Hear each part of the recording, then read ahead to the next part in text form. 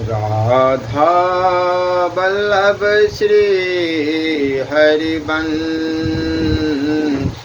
राधा वल्लभ श्री हरिवंश। ओम श्री परमात्मने नमः। श्री गणेशाय नमः। मृत्यु के मुख में पड़ा हुआ भी यह मनुष्य दूसरे को सताना, दूसरे को पीड़ा देना, दूसरों का स्वतंत्र भरण करना, दूसरों को मारना छोड़ता नहीं है। स्वार्थ से प्रमत्त मनुष्य है, सर्वथा विवेक शून्य चेष्टा है। उसकी छल कपट, हिंसा, चोरी, झूठ, ठगी से प्राप्त धन क्या काम आएगा? यह धन क्या सुख देंगे? ये भोग बड़े छोटों, सबल निर्बलों को, धनी निर्धनों को सताने, धमकाने, ठगने, चूसने में लगे हैं। मनुष्य का शत्रु बना घूम रहा है। किस लिए? उसका वैभव, उसका उपार्जन, उसके स्वजन, जिस सुख के लिए, जिन स्वजनों के लिए, जिस शरीर के लिए वह यह पाप कर रहा है, वह सब नष्ट होंगे। महाकाल उन सब भोगों को, पदार्थों और व्यक्तियों को पीस देने वाला है। स्वयं मनुष्य मित्र है, मृत्यु के मुख में पड़ा है। यह पाप की कमाई जन्म जन्म तक मृत्यु रूपी सर्प के मुख में पड़े रहने की यह तैयारी, इसे छोड़े बिना कल्याण नहीं है। इस मोह से छूटकर ही मृत्यु से छूटा जा सकता है। केवल भगवान ही बचा सकते हैं। काल सर्प से ग्रस्त प्राणी को उन दयामय की शरण, उन मंगलमय का स्मरण, कल्याण की कामना हो तो यही एक मार्ग है। पवित्र भोजन के बिना एकांत में भी उत्तम साधना नहीं हो सकती, और ईश्वर अर्पण किए बिना कोई भी वस्तु पवित्र नहीं हो सकती। इन 4 बातों का पालन करोगे तभी तुमसे विशुद्ध साधना हो सकेगी। भूख की अपेक्षा कम भोजन करना, लोक प्रतिष्ठा का त्याग, निर्धनता का स्वीकार और ईश्वर इच्छा में संतोष। अन्याय से प्राप्त वस्तु का उपभोग करने वाले के सारे अंग पाप से लिप्त हो जाते हैं। उसकी अपनी इच्छा न हो तो भी वह पाप में ही डूबता चला जाता है। जो मनुष्य न्यायपूर्वक प्राप्त पवित्र वस्तु का उपयोग करता है, उसके सारे अंग साधना के अनुकूल बरतते हैं, और ब्रह्म संयोग रूप में ईश्वर कृपा भी उसको विशेष रूप से आकर प्राप्त होती है। जो मनुष्य चाहता है कि उसे सच्ची निवृत्ति प्राप्त करनी है, तो उसको सब प्रकार के पाप कर्मों से और विपरीत ज्ञान से हाथ खींच लेना चाहिए। तुम जो भी काम करो वह यदि उसकी आज्ञा के अनुसार नहीं है तो उससे तुमको दुख ही प्राप्त होगा। ईश्वर भक्त जब तक अदृश्य वस्तु स्थिति की ओर प्रेम नहीं पैदा करता और मृत्यु सिर पर है, यह बात याद नहीं रखता, जब तक उसमें सर्वांग सुंदर तपस्या आती ही नहीं। ईश्वर के सिवा दूसरे किसी भी पदार्थ में जो मनुष्य सुख मानता है, उसका मन ही दूषित है। इसलिए उसके हृदय में प्रभु विश्वास और पवित्रता की ज्योति का प्रकट होना कठिन है। तुम बाहर से निर्धन दिख पड़ने वाले साधु पुरुषों के प्रति अवज्ञा और गर्व दिखलाते हो, पर यह अच्छी तरह जान लो कि वही प्रभु की सच्ची संतान, पूर्ण प्रतिनिधि और सर्वोत्तम संपत्तिवान है। इन 6 विषयों का अवलंबन करना ठीक है। ईश्वरीय ग्रंथ का अवलंबन, ऋषि मुनियों के द्वारा प्रचारित ईश्वरीय आज्ञाओं का अनुसरण, खान पान को पवित्र रखना, हिंसा और निंदा करने वालों की हिंसा और निंदा करने से बचना, निषिद्ध विषयों से दूर रहना, जो कुछ भी देने का विचार उठे उसे तुरंत दे डालना। धर्म के 3 मूल है, विचार तथा आचार में महात्माओं के मार्ग पर चलना, पवित्र खान पान करना, सत कार्य में ही स्थिति और प्रीति रखना। ये 2 बातें मनुष्य के लिए घातक है। लोक में मान प्रतिष्ठा प्राप्ति के लिए दौड़ना और निर्धनता से भयभीत होना। इस जगत में प्रभु के समान कोई भी सच्चा सहायक नहीं, और प्रभु प्रेरित महापुरुषों के समान कोई मार्गदर्शक नहीं। मन को सत्य मार्ग पर चलाने की पहली सीढ़ी है सत्य का स्वीकार करना, दूसरी सीढ़ी है संसार से उपरति, तीसरी सीढ़ी है आचरण की उच्चता और पवित्रता। चौथी सीढ़ी है प्रभु के प्रति अपराधों के लिए क्षमा प्रार्थना। जो पुरुष मन की मलिनता से मुक्त और सदाचारशील है, ईश्वर के सानिध्य के कारण जिसका माया बंधन छिन्न भिन्न हो गया है और जिसकी दृष्टि में धूल और स्वर्ण एक समान है, वही सच्चा व्यक्ति हो सकता है, पुरुष हो सकता है या ज्ञानी ऋषि भी हो सकता है। अल्पाहार में, दिव्य शांति में और लोक संसर्ग के त्याग में साधुता रहती है। कोई भी अत्यंत आवश्यक वस्तु तुम्हारे पास न हो तो समझो कि तुम्हारे भले के लिए ही प्रभु की ऐसी इच्छा है। इस प्रकार सच्चे समाधान के साथ शांत रहने का नाम ही प्रभु पर निर्भरता है। प्रभु पर निर्भर रहने वालों के 3 लक्षण हैं: दूसरों के सामने याचक न बनना, मिलने पर भी न लेना और लेना भी पड़े तो उसे बांट देना। आत्मसमर्पण किए बिना कोई प्रभु के ऊपर निर्भर नहीं रह सकता और स्वार्थ साधन का त्याग किए बिना आत्मसमर्पण नहीं हो सकता। प्रभु पर निर्भर रहने वालों को 3 वस्तुएं प्राप्त होती है। पहला है प्रभु में पूर्ण श्रद्धा, दूसरा है अध्यात्म विद्या का प्रकाश और तीसरा है परमात्मा का साक्षात्कार। ईश्वर ने तुमको जो देना स्वीकार किया है उसमें जरा भी संदेह न रखना। इसी का नाम निर्भरता अर्थात प्रभु के ऊपर निर्भर रहना है। जिस वस्तु की जरूरत हो वह वस्तु जिसके पास हो उसी से जान पहचान करनी चाहिए। तुम्हें मोक्ष चाहिए तो वह भी ईश्वर के पास भरपूर होने के कारण उसी से जान पहचान करने पर प्राप्त होगा। संसारिक भाई बंधुओं से नहीं हो सकते। प्रभु को पाने के लिए दीनता और हीनता, लौकिक पदार्थ न रखना के समान दूसरा सरल मार्ग तो हमें नहीं दिखता। ईश्वर के आश्रय पर रहने वाले मनुष्य के ये लक्षण हैं। पहला, उनके विचार का प्रवाह ईश्वर की ओर ही बहता रहता है। दूसरा है ईश्वर में उनकी स्थिति होती है और तीसरा है ईश्वर की प्रीति के लिए ही वे सारे काम करते हैं। जिस मनुष्य को सत्ता और प्रभु तत्व प्रिय है उसको कभी मुक्ति नहीं मिल सकती। मैं एक ऐसा मार्ग जानता हूँ कि जिस मार्ग पर चलने से ईश्वर के पास जल्दी पहुँचा जा सकता है। वह मार्ग यह है कि तुम कभी मनुष्य के पास से किसी वस्तु की इच्छा न करो और तुम्हारे पास से किसी वस्तु की कोई इच्छा करे तब वैसी वस्तु को कभी तुम अपने पास न रहने दो जो तुमसे कोई याचना करे मांगे। हमेशा धनवान पड़ोसी और राजसभा के पंडितों से दूर ही रहो। निष्प्रयोजन और भार स्वरूप ही है। प्राण बचा सके इतना अन्न, प्यास बुझे इतना जल, लज्जा निवारण हो इतना वस्त्र, रहने जितना घर, उपयोगी हो इतना ज्ञान, अपने दोषों को न देखने और न सुधारने का ही नाम धर्मांधता है। कहनी के अनुसार रहनी न हो इसी का नाम ठगई है।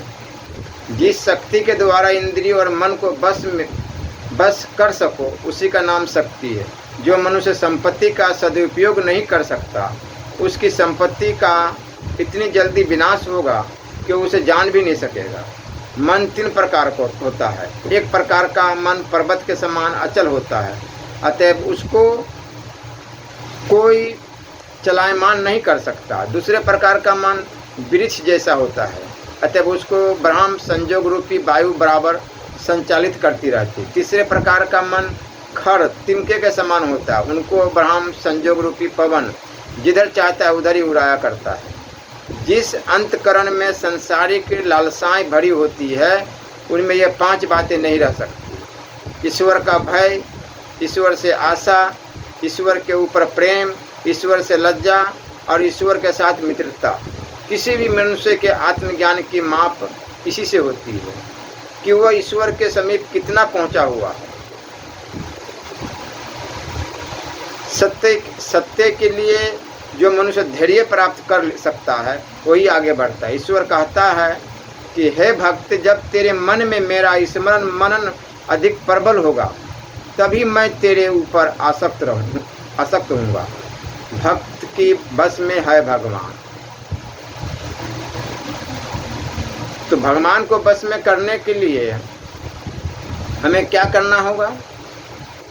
केवल नाम जाप। नाम जप से ही भगवत प्राप्ति हो सकती है।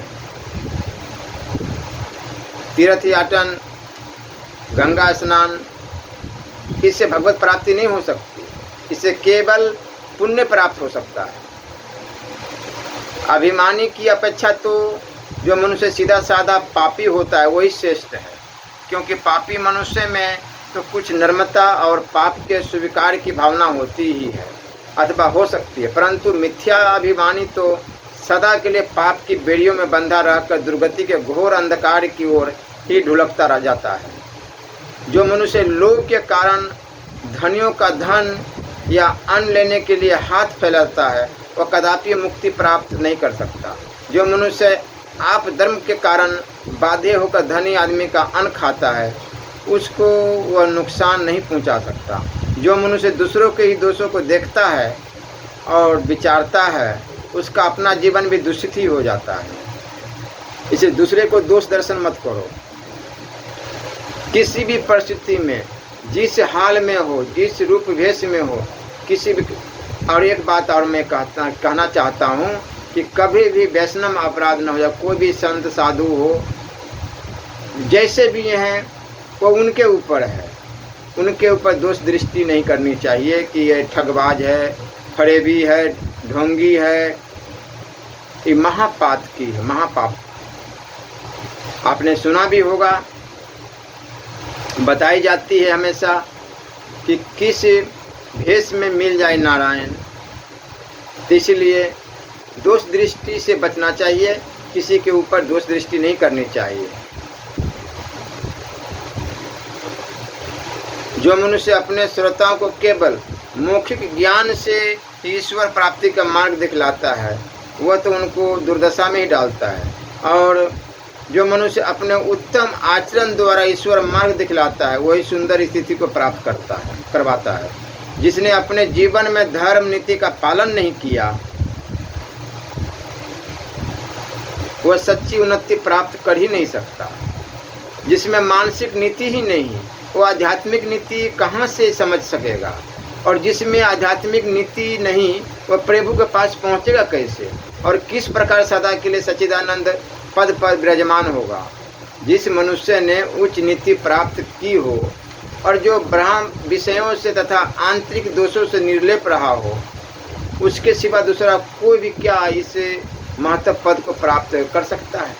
जो मनुष्य प्रसन्नता की भूमिका में जाने की इच्छा करे उससे कहो कि ईश्वर जिस रीति से प्रसन्न होता है उसी रीति को वह धारण करे तथा उसी कार से ले। केवल नाम जाप करो, उसी से कल्याण है, भगवत प्राप्ति है। कोई खर्च भी नहीं है, कोई परेशानियां भी नहीं है। अरे जो भी काम करते हैं, काम करते हुए नाम जप चल रहा है अंदर में। जो आदमी लोगों के आगे तो ईश्वर की बातें करता है, परंतु भीतर से लोगों में मान प्राप्त करने या ऐसी ही दूसरी तीसरी वस्तुओं का स्थान देता है, वह शीघ्र ही या तो देर से बेआबरू होकर आफत में ही जा पड़ता है। पश्चात जब वह अपने अयोग्य आचरण को अयोग्य समझकर पश्चाताप करता है तथा वैसे कार्यों से निवृत्त होकर प्रभु परायण बनता है, तभी वह तमाम संकटों से बाहर निकलता है। जो मनुष्य संसार त्याग प्रभु परायणता का बाना पहनकर लोगों से प्रार्थना करता फिरता है, उसकी ओर लोगों की कुछ भी दया या श्रद्धा नहीं रहने पाती, और अंत में वह इतना हल्का पड़ जाता है कि उसका जीवन निराशा और कष्ट से भर जाता है और उसके हाथ में केवल अफसोस और अवगुण ही रह जाते हैं। लोगों के आगे अपना दोष स्वीकार करने में जिसको लेश मात्र भी संकोच नहीं होता, इतना ही नहीं बल्कि इसमें जो अपना कल्याण देखता है, अपना सत्य कार्य दूसरों के सामने प्रकट करने की इच्छा नहीं करता तथा जो ढूंढ संकल्प वाला है वही सत्यनिष्ठ और सच्चा साधक है। ऐसा काम करो कि प्रभु की प्रीति पात्र बनो। संसार का प्रीति पात्र बन जाना तो अधोगति में ही जा गिरना है। यही अंतिम और सारभूत बात है। जो मनुष्य साधना के लिए तैयार होता है या इच्छा करता है उसको रास्ता दिखाना तो प्रभु अपना आनंद तथा प्रथम कार्य मानते हैं। ईश्वर की महिमा जानने वाले लोग सदा प्रभु कृपा रूपी अमृत सरोवर में मग्न रहते हैं। प्रभु के निर्मलता पवित्रता रूपी सागर में वे बार बार डुबकी मारते हैं और प्रभु प्रेम रूपी अमूल्य मोती चक्षु द्वारा बाहर लाते हैं। इस प्रकार की विशुद्धि और अमूल्य सामग्री के कारण ही वे प्रभु दर्शन और प्रभु मित्रता प्राप्त करते हैं। जब ईश्वर भक्त सत्य निष्ठा से अनुष्ठान में लगता है तब आरंभ में ही अनुष्ठान की मधुरता का स्वाद का उसको अनुभव होता है। चित्त को पवित्र करने जैसा कल्याणकारक साधन दूसरी कोई भी नहीं, क्योंकि वह चित्त ही चिंतामणि जैसे सब पदार्थों को उत्पन्न करने वाली भूमिका है। जिसका विचार और चिंतन पवित्र होता है उसके अपवित्र क्रिया नहीं हो सकती, बल्कि विशुद्ध क्रिया ही होती है। साधक दो प्रकार के होते हैं। पहले प्रकार के साधक जगत को ही पहचानते हैं और इस कारण उसी की प्रसन्नता के लिए कठोर साधना के पीछे लगे रहते हैं। और दूसरे प्रकार के साधक प्रभु को पहचानते हैं, इसलिए उसी की प्रसन्नता प्राप्त करने का प्रयत्न करते हैं। श्रेष्ठ लोग दो प्रकार के होते हैं, जो केवल ईश्वर का ही साक्षात्कार करना चाहते हैं और दूसरी किसी वस्तु की इच्छा नहीं करते, वे उच्च कोटि के हैं। और जो लोग किसी के भी आगे अपनी आवश्यकताएं नहीं दिखलाते, ऐसा समझते हैं कि निर्वाह के विषय में और जीवन तथा मरण के विषय में ईश्वर ने जो कुछ निर्धारित किया होगा वही होगा, वह किसी से भी बदला नहीं जा सकता। अतः वह ईश्वर के सिवा दूसरी सारी वस्तुओं से निष्फुर रहते हैं। मनुष्य के जीवन में अभी जो दिन बचे हैं उसका भी यदि वह ज्ञानपूर्वक सदुपयोग करे तो उससे भी पूर्व की सारी भूलों और पापों को धोकर वह प्रभु से क्षमा प्राप्त कर सकता है। आंतरिक रोग के ये 5 औषध हैं। पहला है सत्संग, दूसरा है धर्मशास्त्र का अध्ययन, तीसरा है अल्प आहार विहार, चौथा है रात्रि के प्राप्त काल की उपासना तथा 5वां है जो कुछ करे उसे एकाग्रता पूर्वक तथा सारी शक्ति से करने की प्रवृत्ति। सदाचरण के 2 प्रकार है। जन समाज के प्रति धर्म से और नीति पूर्वक बरतना, इसका नाम ब्रह्म सदाचार है। और दूसरा है प्रभु के प्रति ध्यान, भजन, श्रद्धा, प्रार्थना, संतोष, कृतज्ञता, दर्शन की आतुरता, प्रेम, आज्ञा पालन इत्यादि के रूप में जो आचरण होता है वह आंतरिक सदाचार है। अब भय का फल है पाप से दूर रहना और परमात्मा श्रद्धा का फल है उसकी खोज करना। जो मनुष्य अपने को नीतिमान या उपदेशक के रूप में परिचय देता है तथापि पाप से दूर नहीं रहता, तथा जो अपने को श्रद्धालु अथवा भक्तों के रूप में परिचय देता है फिर भी प्रभु को नहीं खोजता या उसकी आज्ञा नहीं पालन करता, ये दोनों प्रकार के मनुष्य झूठे हैं और बड़े पाखंडी होते हैं और महान ठग भी है।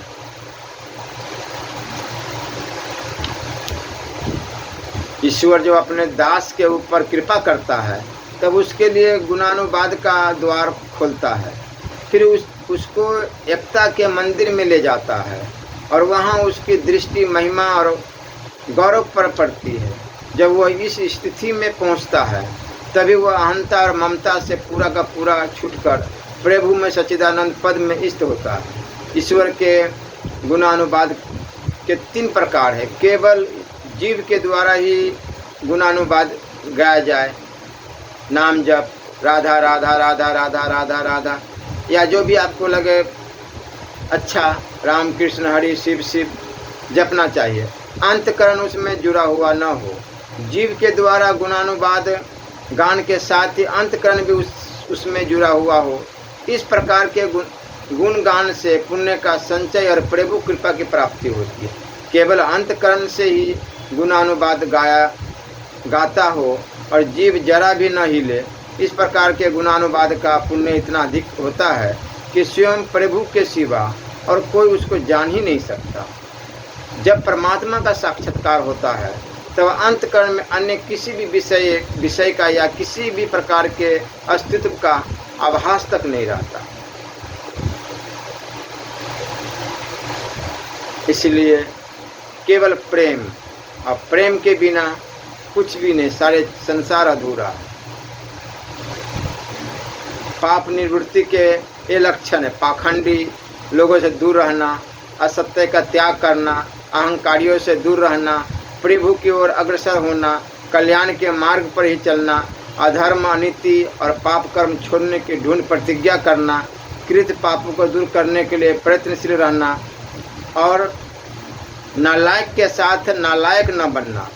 वैराग्य के लक्षण है संसारिक प्रवृत्ति और वस्तु स्थिति का त्याग करना, त्याग की हुई तथा नाश को प्राप्त हुई वस्तु की याद भी न करना, उपास्य प्रभु का ही स्मरण सेवन करना, प्रभु प्राप्ति के लिए दूसरे सारे स्वार्थों का त्याग करना, अंतकरण को पवित्र बनाना, ऐसा हर एक आचरण जो प्रेम मात्र प्रभु को प्रिय लगे करना, आहार और निद्रा को जहाँ तक बन सके कम करना। वैराग्य का यह भी एक लक्षण है कि जो साधक ईश्वर में ही शांति नहीं पाता उसमें सच्चा वैराग्य ही नहीं होता। सात्विकता के लक्षण है जो बात कोई गुप्त रखना चाहता है उसको जानने की इच्छा न होना, असंदेह वाली वस्तुओं से दूर रहना और भले बुरे का विचार करना, भविष्य की चिंता न करना, लाभ हानि में समानता रखना, दूसरी बातों को छोड़कर प्रभु की प्रसन्नता के ही ओर ध्यान रखना, राजस और तामस खान पान तथा सहवास से दूर रहना, संग्रह किए हुए पदार्थों का सदुपयोग करना और अपना गौरव प्रदर्शित करने से दूर रहना, धैर्य धारण करने के ये लक्षण है। ओछी प्रवृत्तियों पर अंकुश रखना, प्राप्त ज्ञान को ढूंढ करके आचरण में लाना, प्रभु प्रेम की प्राप्ति के पीछे लगे रहना, घबराहट और उतावलापन न करना, सात्विकता का अनुसरण करने की अभिलाषा होना, साधन की सिद्धि में ढूंढ होना, उचित कार्यों के लिए पूर्ण प्रयत्न करना, आचार व्यवहार में सच्ची निष्ठा, सत्यपरायणता रखना, शुभ प्रयत्न करते रहना और अशुद्धि और अपवित्रता से दूर रहना।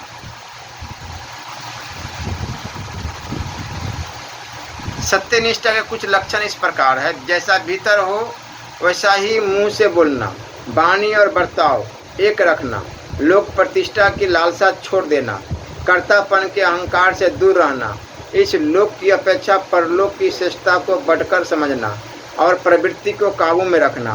और निर्भरता के कुछ लक्षण इस प्रकार है, ईश्वर जिस बात के लिए जामीन हो गया है उस बात की चिंता न करना, जिस समय जो कुछ प्राप्त हो उसमें संतोष रखना, तन मन धन को सदा प्रभु की सेवा साधना में जोड़े रखना, प्रभुता मालिकी का परित्याग करना, मैं पद को छोड़ देना। जो मैंपन है बहुत खतरनाक वस्तु है, ये मेरा है, वो मेरा है, वो मेरा है, ये मेरा है, ये बहुत ही नास्तिक चीज़ है, इंसान को नास्तिक बना देता है। सांसारिक संबंधों का त्याग करना, मन वाणी और कर्म से सत्य का ही अनुसरण करना, तत्व ज्ञान प्राप्त करना और सांसारिक लोगों की आशा छोड़कर निराशा को ही पकड़ना। ईश्वर प्रेमी कुछ लक्षण इस प्रकार, एकांत में रहना, संसार में डूबे जाने का भय, प्रभु के गुणानुवाद में सुखास्वादन, साधन भजन में सुख का भान और ईश्वरीय आदेश के अनुसार आचरण। लज्जा के कुछ इस प्रकार लक्षण हैं, मानसिक शर्म, विचार करके बोलना, जिसके करने से क्षमा मांगनी पड़े ऐसे कार्य से समय रहते ही दूर रहना, जिस कार्य करने में लज्जा लगे वैसे विचारों से दूर ही रहना चाहिए, नेत्र कान और जीव को बस में रखना, भोजन में सावधानता रखना तथा सौ समाधि स्थान या शमशान का स्मरण करना कि एक दिन ये शरीर तो छूट ही जाएगा, अच्छा कर्म क्यों न करें। तुम जिस संपत्ति की प्राप्ति के लिए प्रभु का उपकार मानना आवश्यक समझो और उपकार मानो, उस संपत्ति का विनाश नहीं होगा, और जिस संपत्ति के लिए उसका उपकार न मानकर अपने को ही बड़ा पराक्रमी मान बैठो, वह संपत्ति टिकने वाली नहीं है। जब साधक पूरा का पूरा श्रद्धालु बनता है तब विपत्ति भी उसके लिए संपत्ति बन जाती है। संसार के ऊपर भरोसा रखना यह तो उसके लिए विपत्ति का ही कारण हो जाता है। ईश्वरीय आनंद प्राप्त करने के 3 साधन हैं, सर्वभाव और एक निष्ठापूर्वक साधन, भजन, संसार और संसारियों से दूर रहना, और ईश्वर के सिवा किसी दूसरे का स्मरण न हो, ऐसा प्रयत्न करना। इन चारों में से कोई सा भी काम करने वाले को धर्म जुड़ जाता है।